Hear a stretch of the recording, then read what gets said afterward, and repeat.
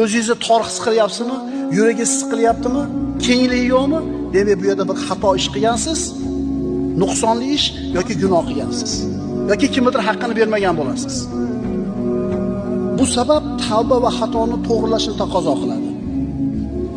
Yoki murid bu torlikni sababini bilmasligi mumkin. Falonchani haqqini yeb qo'ydi, yuragi siqilib qoldi. Mana shu torligini sababini bildi. Endi uni tuzatish kerak. Endi yuragida, qalbida torlikni his qilyapti, sababini bilmayapti. Unda nima qilish kerak? Unda sabr qilish kerak. Ehtimol bir hikmati bordir. Vaqt o'tishi bilan mana shu hikmat ayon bo'ladi, bilinadi.